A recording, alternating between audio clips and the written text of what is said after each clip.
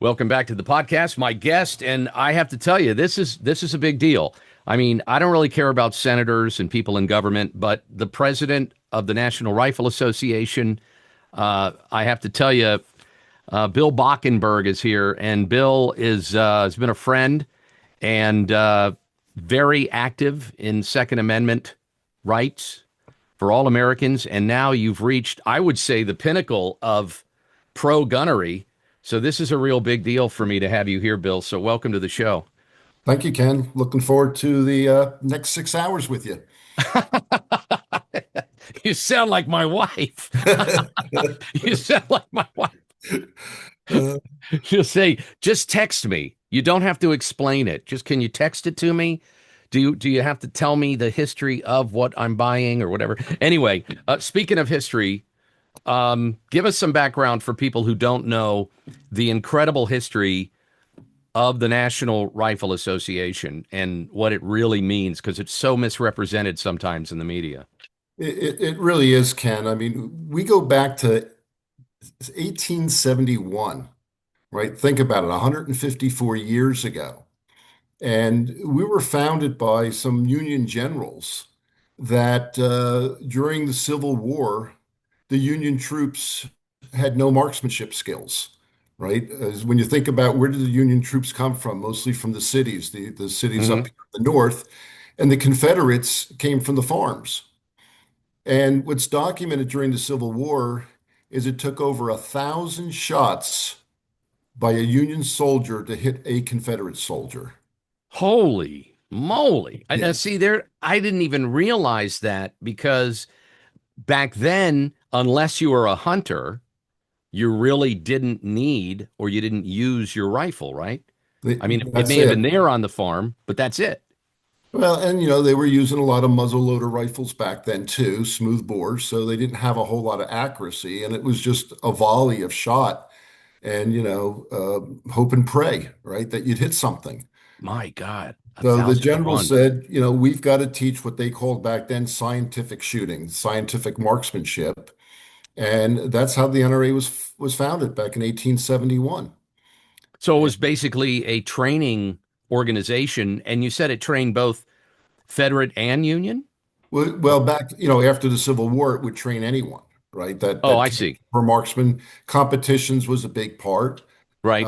And the charter, which now has come back to bite us 154 years later, was in New York, right?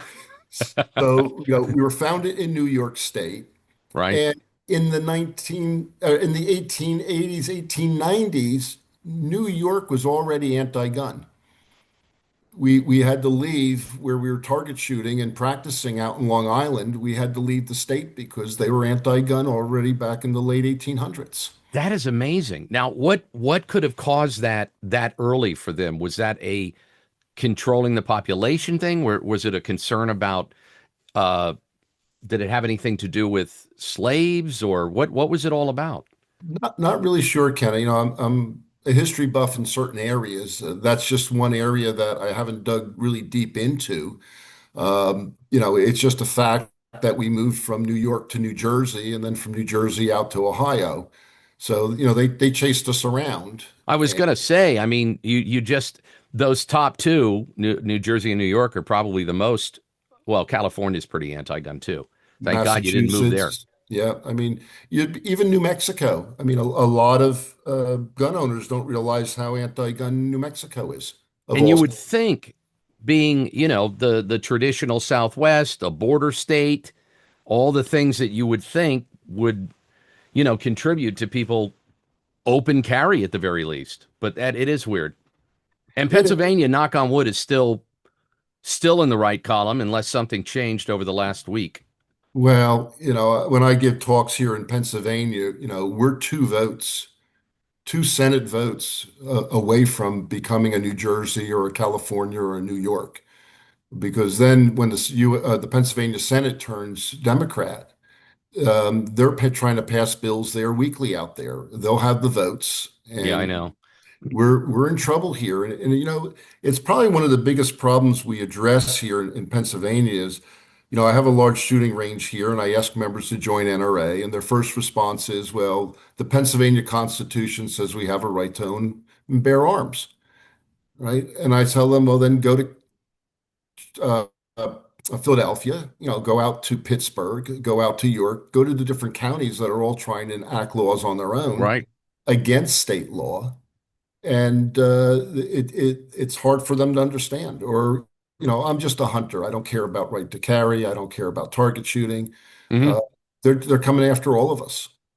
And it's interesting that you said that because so many people, and we've learned that just in the last decade, we think that the Constitution will take care of itself, and all we have to do is say it, like free speech, the illegal searches that were taking place, what happened during COVID, and of course the Second Amendment. We just go, well, I have a right, and unfortunately, like muscles, if you don't exercise your right, you're going to lose them. And hopefully, this awakening that's taken place, especially in a gun arena, people will realize that organizations like the NRA in particular must be supported because if there's nobody in places like Washington, D.C., or what is the capital of New York? Syracuse? I always forget. Albany.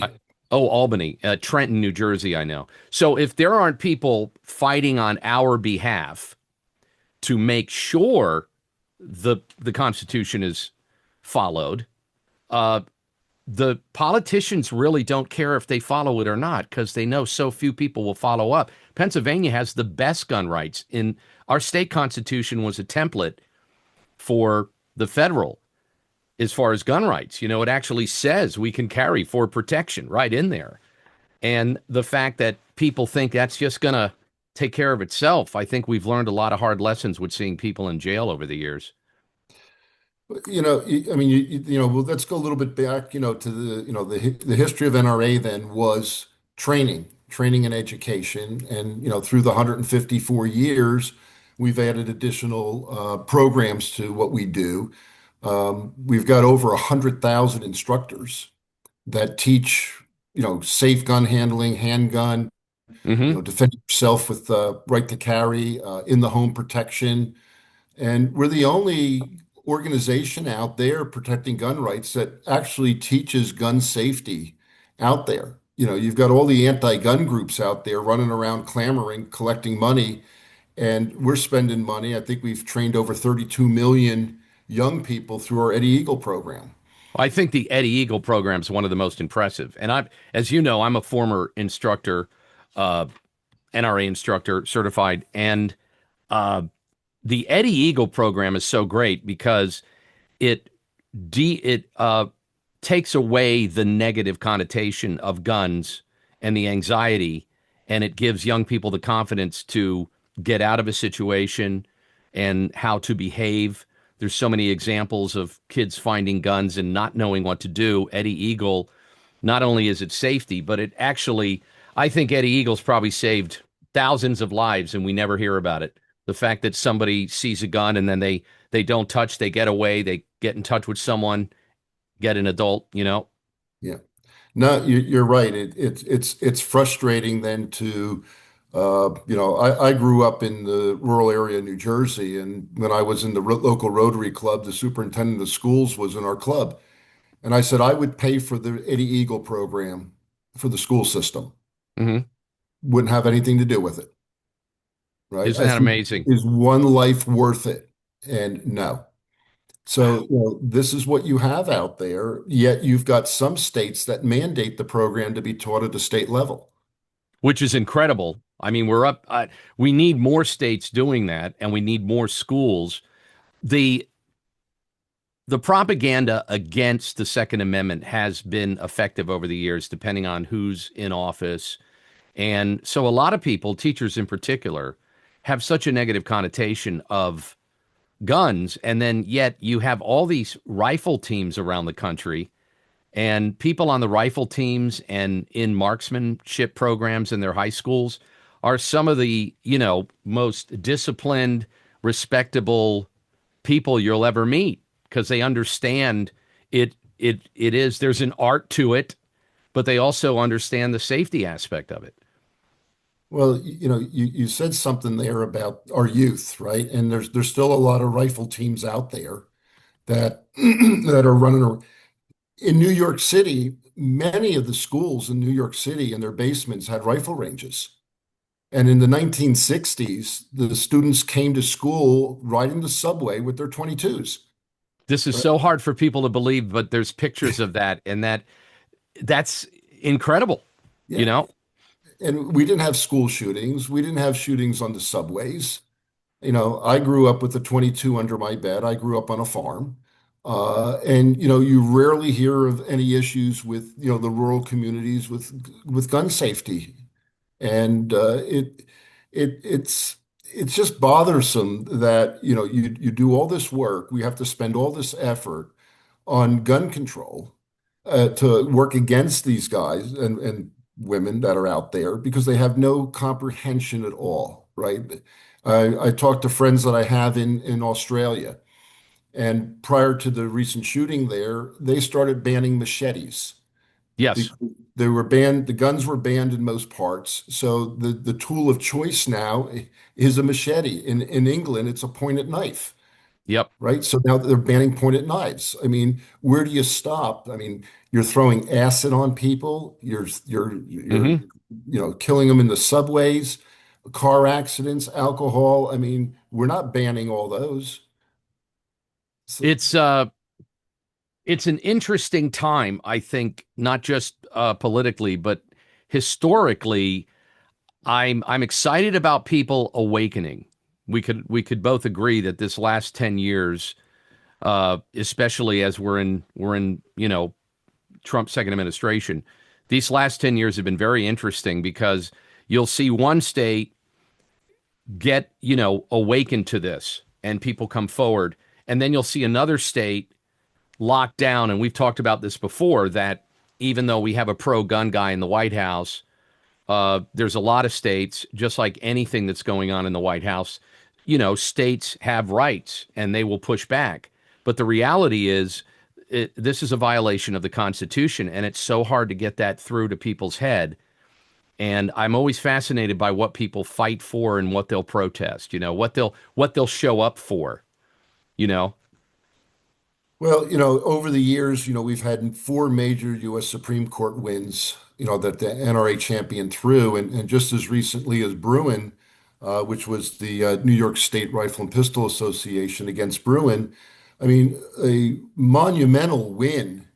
Yep. And the states just says, we don't care. We're going to ignore the rule of law, And that's right? what they're doing in New York. In fact, a great example of that. There's I won't mention the brand, but there's a gun that shoots the balls or the pellets.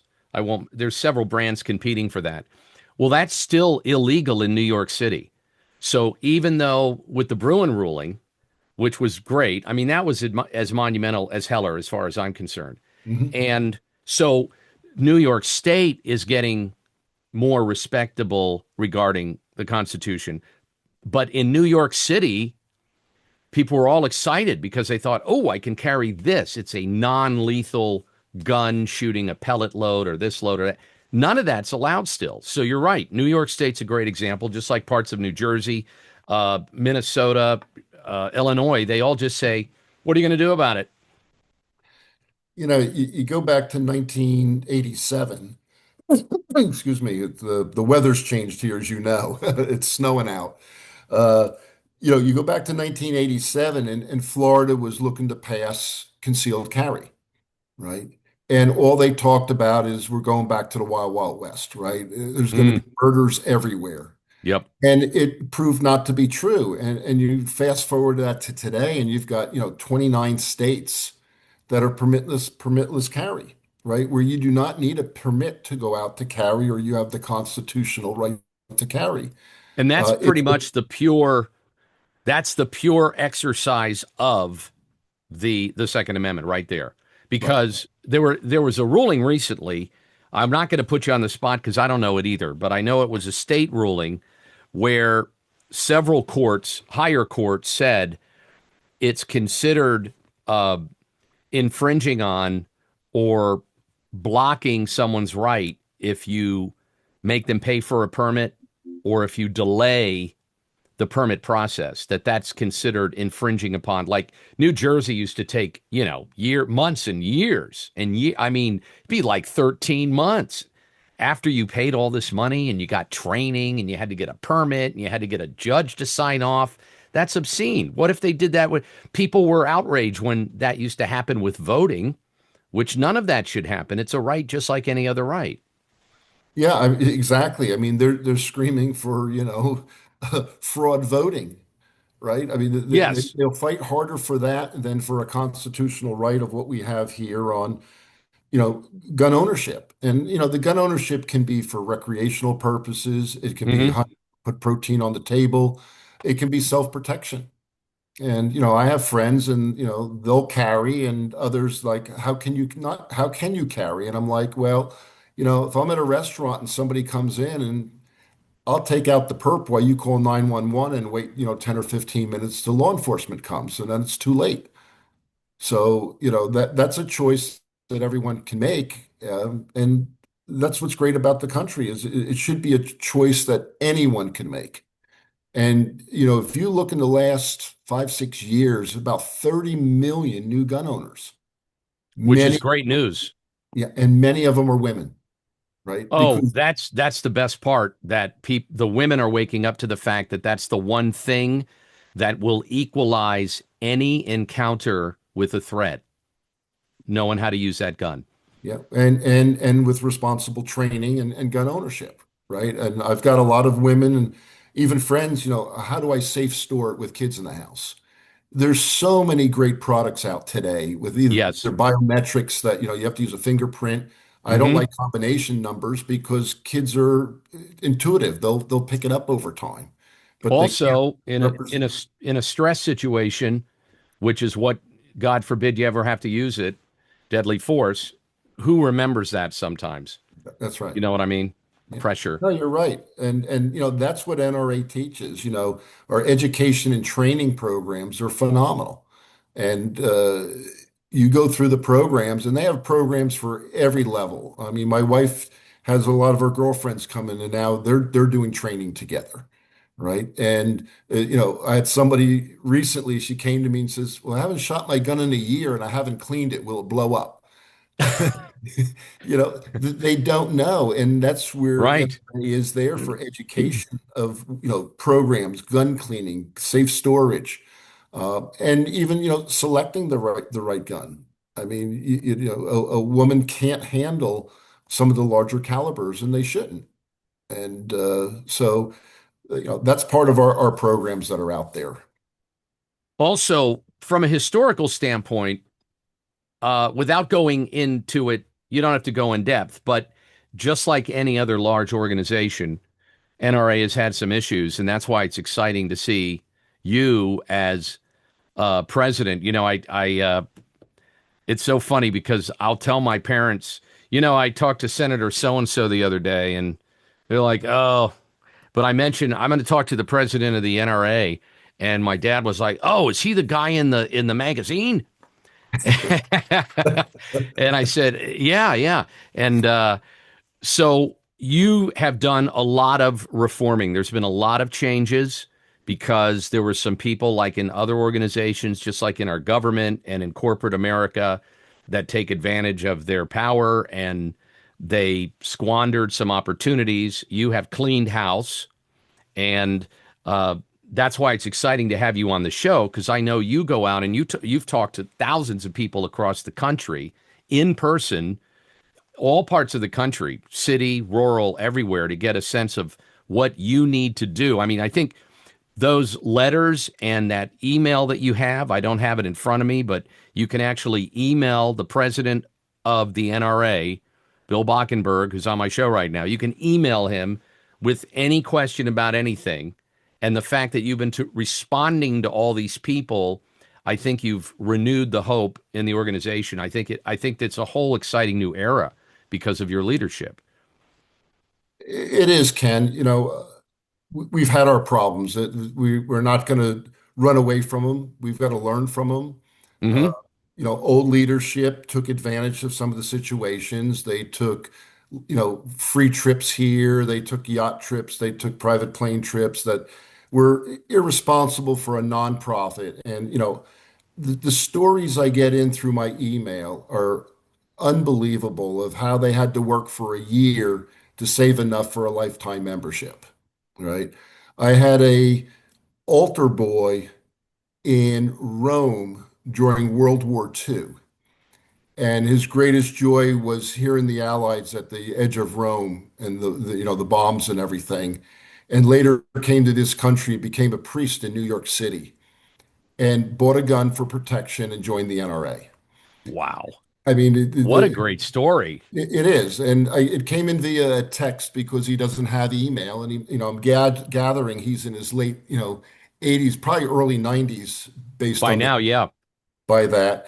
That the stories are unreal, and we need to rebuild transparency, trust, and accountability. And we weren't run by business people, right? We were run by lobbyists. We were run by, this mentality is, well, we're a nonprofit. We don't have to make money. Well, if you don't make money, you can't stay in business. That's right. So, the new leadership team there's myself, president, a first vice president, a second vice president. We're all accomplished business leaders. We're all Hmm. bringing best practices to the organization. Like I told a judge, I mean, as you mentioned it, we were in New York courtroom in Manhattan, right across from where Trump was being tried. And the New York State Attorney General ran on a platform that she was going to destroy the NRA. And I remember those commercials yeah, trying to position us as bad people. And I, like you, I'm a lifetime patron member. Well, you're a little higher up, but the fact that people would openly say we've got to destroy the NRA, yeah. and I would always say why. I mean, it's been a part of my life for most of my life, all of my adult life. So, she came out. We gave her some openings, right? Former leadership gave them some openings. So we're now, revamping.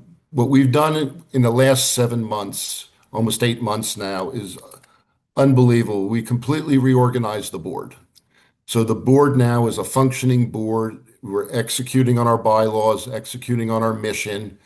One area that I'm working to change, it doesn't happen overnight, but we have 76 board members. That's too many, Bill. Tell me, I'm That's with like you. that's why would you have a Congress in your organization? That's like having a bunch of senators and congressmen. So, Oh my God. and I'll be honest with you, I've been like a wave, right? I'm like, yeah, we need 76. We don't. We need now when you're in leadership, and here's why it does work. I don't agree. I think it has to be smaller. But why it works is when I testified in my deposition, they asked me about it, and I said, I'm not a black powder shooter. I'm not a competitive long range shooter, right? I'm not a political junkie. So we've got about 40 different committees that are black powder, long range shooting, pistol shooting, Hmm. legislative affairs, legal affairs. So the members then, I get to put them as president on these different committees based on skills and experience. And they then provide the input to the NRA on what the NRA needs to do. Oh, okay. Now, Okay. when you say the different committees, are you talking about committees that interface with the government and that's where their expertise is? Or are you talking about people that actually know their way around gun ranges and hunting and law enforcement? Exactly. Like my military affairs committee, right? I've got Okay. former military members on there. I've got generals. I've got, colonels, special forces, right? Nice. Something that's not in my DNA of day to day, of what we can do for training, for awards. The same thing with law enforcement, right? Women's committee, youth. I mean, I'm 67 years old. I don't use social media, right? My boys use social media. I mean, so the youth committee has to be attuned to what the youth and we're moving towards. Hmm. So Which that brings all can me, go ahead. which brings me to this. I thought this would be a good opening because I saw this and we don't want to frighten people with this because Why don't you tell us what the exciting next move is? I've been following your stuff, but if people don't know, I think this is exciting news actually for the organization. It is. I've authored 9 columns to date. Every month I have to write a column. I write them myself. I don't use a ghostwriter. The You don't use AI? what's that? You don't use AI? No, I do not. It's authentically me. You may not like how I spell words. My family. There it I could is. tell. I could tell. And as you can see, that this proves Bill is the president because it's the same shirt. I was going to tell you, it is the same. It's my power shirt. This is proof. If you Yeah, ever see anybody in that shirt, they're impersonating the president of the NRA. thank you. So with the columns, we went into a cocoon for the last 4 or 5 years because our legal counsel said we couldn't talk, right? We're Ah. in a lawsuit. When you And say we, just if I can interrupt, the board. you say we. You've been a part, so people know. Bill didn't just show up and become president of the NRA. Your history with the NRA, you were very active in it on a variety of levels. And when this stuff was going on, you were among the people that said, we need to clean this, we need to fix this, right? Yeah, part of the time I was out with for a couple of years, I was out with some health issues, which is all fine now. I mean, full disclosure, I have a pacemaker, but not because of heart circulatory, but because of an electrical problem. Hmm. The signal doesn't travel between the top and bottom of the heart. But so I missed part of the real high times there. But yes, I mean, we wanted answers. We never got answers. We were told, sit down, shut up, we've got it under control. And, quite frankly, um, I don't want to use the really harsh word, but I will. We were lied to of what was going on. And last year, a group of us got together and started, I could spend a whole show on how this all came about because I had no desire to run for president, right? I'm supposed to be retired. Um, Yeah, I you was a little surprised. I mean, aren't you busy enough? But anyway, but I know your know, passion. Your passion, it's just like during elections and I know your passion for this country as well. And hunters again, I want you to continue on this track, but I'll have you back if you want to deep dive some of these issues for sure. Because I think people need to know, and this is a great opportunity for people that you can't speak to in person to find out. So go ahead. yeah, I mean, there's so much history of what happened, and it was the first time in 154 years that officers got elected from the floor of our board. Normally, the nominating committee puts forward the officers and we elect them. And we ran a very grassroots stealth campaign last year, and we took 3 of the 4 major positions. And then this year we won all of them. So now we can enact change that surely was needed. I mean, it's such a phenomenal organization, the history. I mean, we're the oldest, most effective civil rights organization in the country. And, I would agree. when you look at, our outreach committee, I mean, we have Hispanics, we have Black, we have Asians, we have the diversity of the population within the NRA. But the press always tries to find, I'll call it Bubba with the camo on and Hmm. dress down and portray that. But the amount of business people that we have and scholars, teachers, politicians, I mean, I think we've had 10 presidents of the United States as members, including our current president, President Trump. He's a NRA member. One thing that a lot of school history books leave out, which always frustrates me, and as a speaker, when I have an opportunity, if I'm speaking and the Second Amendment comes into the topic, the NRA, they were the people, that was the organization that in the 60s and the 50s during the civil rights movement that fought for the rights of Black Americans to arm themselves and carry. from every, during the 60s in particular, Martin Luther King Jr., people wanted to take guns away from black people during the civil rights movement. If you remember, you brought up Ronald Reagan, I think. Ronald Reagan, during the occupation of the governors or the Capitol in California, there was a big protest. It turned out to be nonviolent and safe, but it was the NRA that said, look, if these black men and women want to carry guns safely at this protest, they have a right to if they're not breaking the law. And to me, that's fascinating history that gets left out of the media all the time. Oh, I mean, we go back to the Buffalo Soldiers, right? Oh, yes. We have Buffalo Soldiers that were NRA members back in the 1800s. So, we've got a rich history there of being a civil rights organization. And so, there's just so much history to cover in 154 years, but we're under new leadership. We've revamped the board. The board is now running very effectively. We're having committee meetings virtually constantly. Uh, Hmm.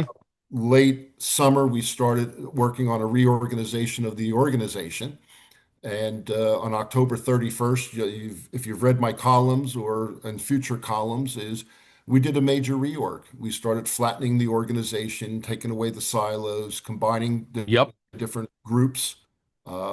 That's going on today. I just sent out an email to the board that we're looking to hire like it's similar to what they call a chief operating officer, a COO type position to Hmm. help run day to day with the technology background.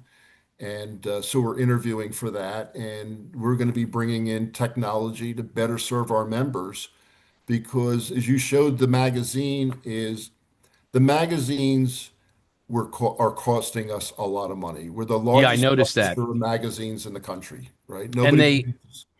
They and it's fun. It's funny because I'll bring up my dad again, who's 86, and he and I have always, he's been a hunter. He's a vet, but I every time I used to visit them, they're down in Florida now. But every time I used to visit them when they lived in North Carolina, they had considerable land, and it was the first thing we do is get up and go out and set up targets, and it would be an all day event. It would be so enjoyable, long rifle, pistol, whatever.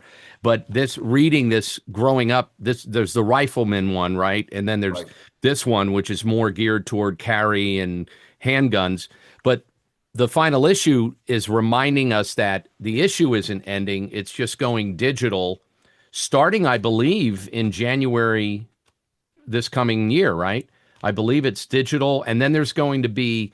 Did your article say four? You have an opportunity to get four printed versions during the year if you want to request those, or is it Right. two? So what we're doing is there was four magazines. We started out with one magazine back in, I just pulled my notes up here.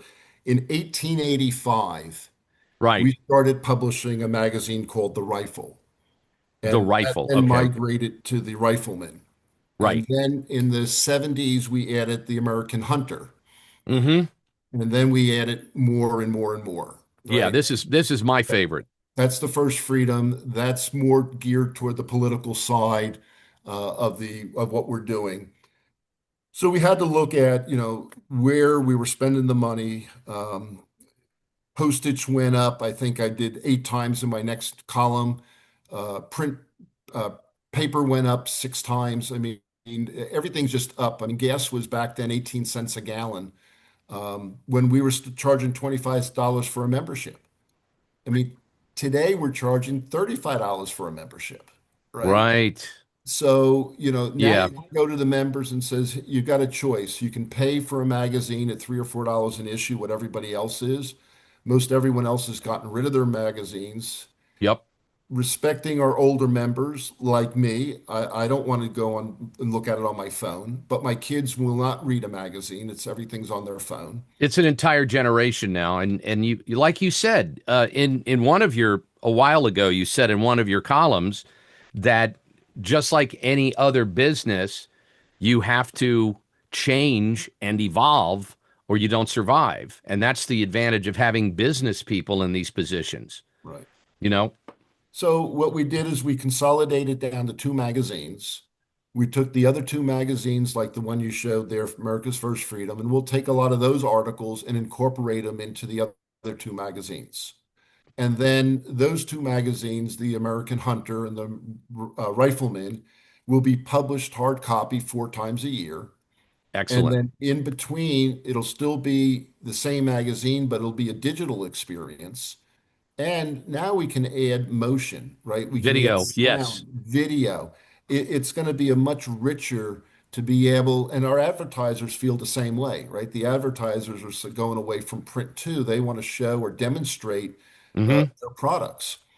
So, maybe in 5 years we'll be completely digital, but this is a migration to make sure that our older life members still are getting a magazine and can Excellent. transition also. And we had to make this was a gut-wrenching decision. We didn't make this lightly at all. I mean, the officers and our media committee that we have within the board and staff, uh, Hmm. we didn't want to give it up, but we had no choice because we needed the money to support all the other programs, the Eddie Eagle, the education, Exactly. the instructor program. And there's been so many victories on that front. I mean, if someone said, you know, uh, eliminate this to benefit elsewhere, I think most people get it. And something that you were talking about your sons and my kids are both in their 20s, and it is a more rich experience watching a video, and it's going to attract so many more young people, and especially young women, because as you know, and that you featured them in the magazines, there have been so many young men and women, and young women in particular, like high school and college age, that are competitive, skilled hunters and shooters, and to see that in video is going to be exceptional. Like if you've ever, I know you have, if you've ever shot competitively or gone to these competitions and see what these young men and women are capable of, I think it's going to be, I think it's going to grow the NRA to all new levels. And we're seeing that. I mean, our digital marketing is members are coming in droves through digital marketing, right? The old mail, the old paper, it doesn't cut it. They want instant gratification. They want instant. Hmm. And you look at our 15 and 30-second clips of NRA members and who they are, their moms that are out there, right? They're Yes. teachers, they're firemen, they're policemen. It cuts across the whole country demographics. Yep. And they all, like we just had a party here, and some of the people had heard through the grapevine that my wife was doing these shooting classes. And they're like so excited. They says they still have a smile on their face because they were actually hitting the target and understood how to handle the gun safely. And we see that exploding. I mean, you talk about opportunity out there is we lack enough shooting ranges, right? There's with I think it's now over 100 million gun owners. Hmm. They need places to shoot. And there's so much opportunity out there. And when you look too, our membership hovers right around 4 million members. It's plus or minus based on who's in office, right? We're like Hmm. a roller coaster. A Clinton Obama run, our membership goes up.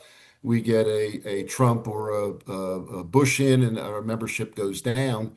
But there's over 20 to 30 million gun owners that say they're NRA members.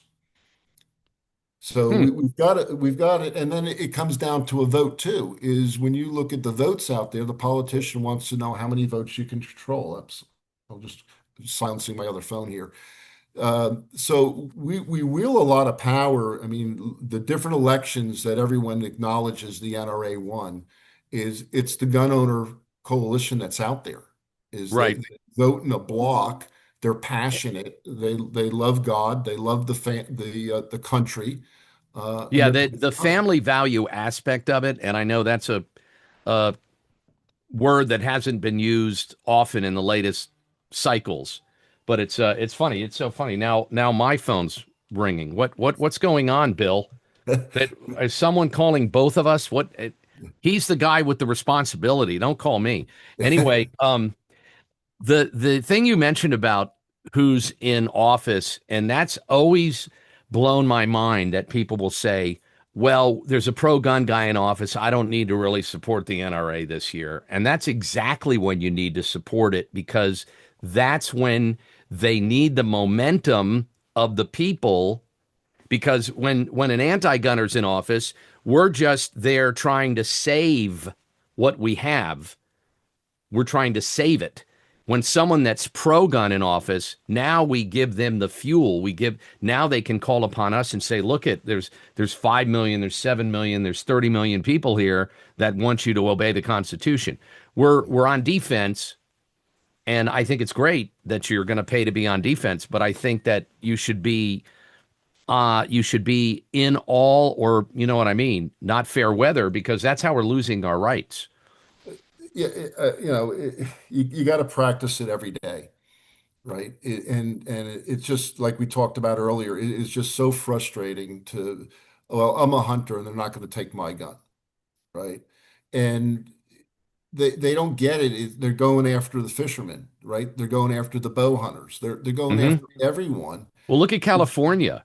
How many times has California made a law that says, all right, everybody, we just made this and this and this illegal, and you have until the end of the year to either sell it or leave? What? Leave, leave. But I mean, think about the government saying that barrel's, 2 inches too short, or that magazine is too big, and as of, such and such a date, you're going to be a felon. And all this stuff has been to attack the freedom and the control of the American people, as you well know. Every time they say, well, you can only have 10 rounds in a magazine, you can't have a gun with this type of stock, you're not allowed to own this. Every single bit of that is an infringement on our constitutional right. And we just kind of, like the frog in boiling water, well, like you said, they're not going to take away my gun. Yeah, but have you been following how many doors get kicked in and people get accused of things, and sometimes they don't get their guns back for years, and they have to sue the government even though they're not guilty of anything? Ken, you hit it right on the money. It's death of a thousand cuts, right? It's just cut after cut after cut. And you look at California, right? It's two or three big cities that controls the whole state, right? And you get outside those circle of cities, and they're very rural. You talk to, well, we don't care what they do. We're doing our own thing. We have our constitutional right. Hmm. So you've let the cities, and we've got the same problem in New York, right? I New was just York going to say, yeah. overrules the whole rural state. Yep. Pennsylvania, you've got Pittsburgh and Philly. Philadelphia predominantly. Philly's like another country.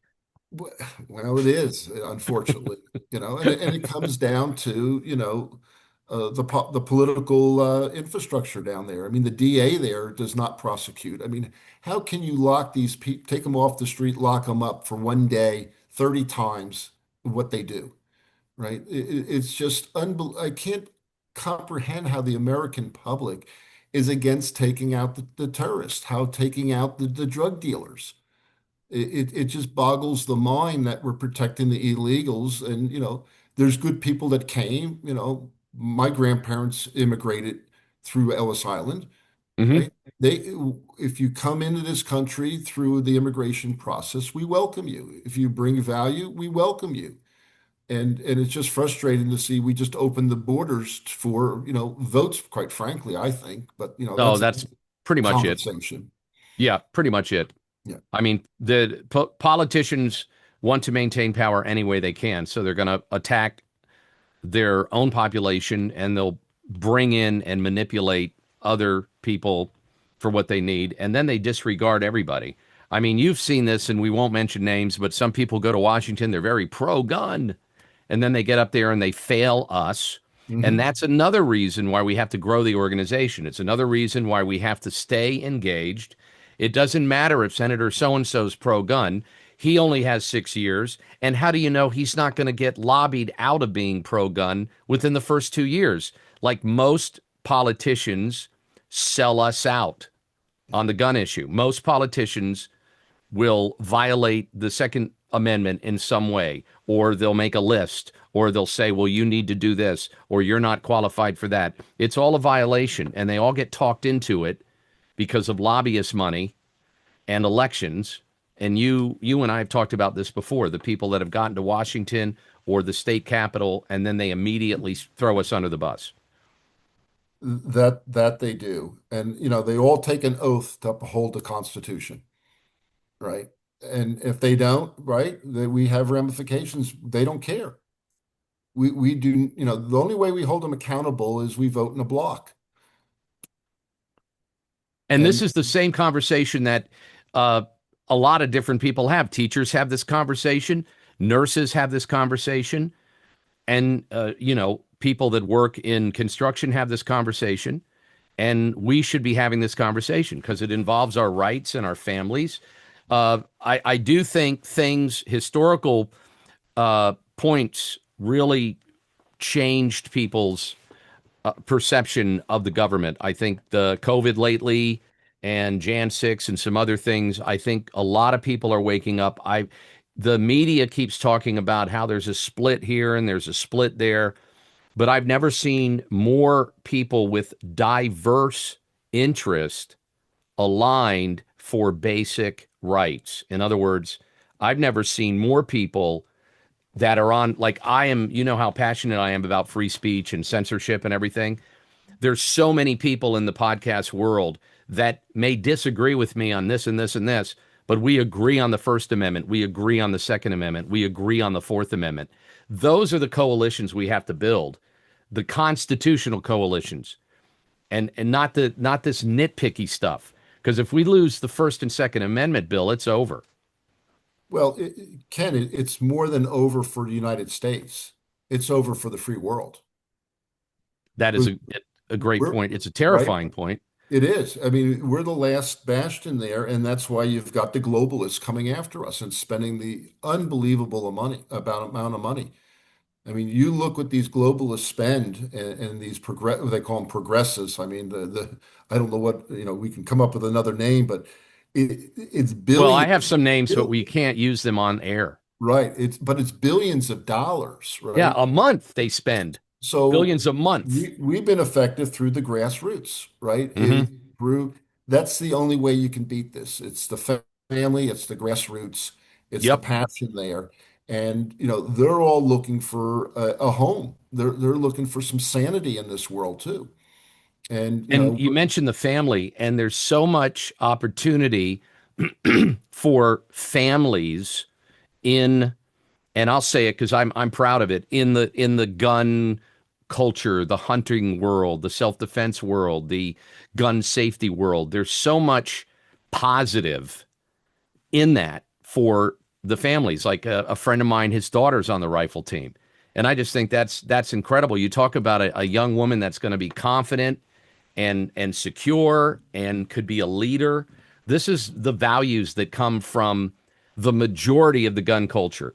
I mean, most hunters are some of the safest, most environmentally conscious people that I know. And that's the funniest thing. And then you see an Antifa protest and they leave like 4 tons of garbage when they leave. These people go around and protest and destroy the earth. And hunters are out there and they are the true stewards of the environment, not just with the animals, but with the environment itself. Ken, you look at all these other groups that are out there that, oh, we're for conservation, we're for saving the wolf, we're for saving the elephant, right? They've never spent any money on conservation. You look what the Rocky Mountain Elk Foundation or the Wild Sheep Foundation have done to bring elk back into Pennsylvania, into Kentucky, into the Carolinas. I mean, we put our money where our mouth is, right? Hmm. Through Pittman Robinson money, the tax on guns and ammo, billions of dollars going back into conservation and teaching safety. And these groups just squander it. You get those, four initial agency that are running all the ads on TV now because of the poor pets, right? And Hmm. and you got to save them, and they euthanize 90% of them, right? It's a fraud on the country. It's a fraud on hey, I've got a heart too, and I don't want to see that. But the money never goes to I always say it goes to the three initial agencies, groups that have expensive real estate, expensive CEOs, and big parties, and nothing goes to the cause. Yep. Yep. And we're just the opposite. We put the money toward the cause. It's our overhead is what it is, but we look at what we can deliver, nobody else can deliver that. I And couldn't agree more. and that's where it's at. So yeah, there's just lots and lots of opportunity for the NRA. Um, the future, we're building a foundation right now for the next 154 years. Outstanding. We'll leave it Well, in a much better place.